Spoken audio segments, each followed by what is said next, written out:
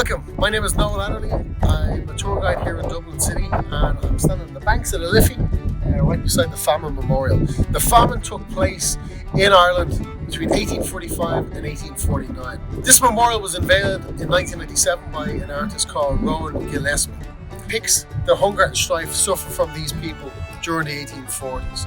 The population in this island was 8.4 million in 1845, and just 7 years later, over 3 million people either died or left. 1 million died, 2 million people emigrated in 7 short years.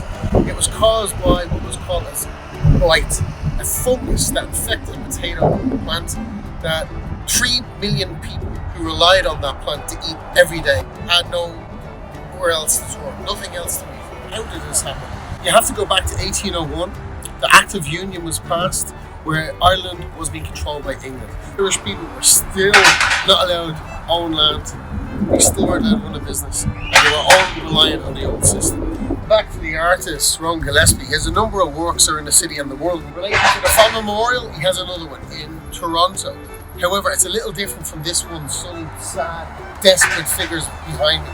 If you would look up and go to Toronto, you'd see the figures there raised with their hands, rejoicing that they made it. They got off this island and can start hopefully a better life for themselves and their family.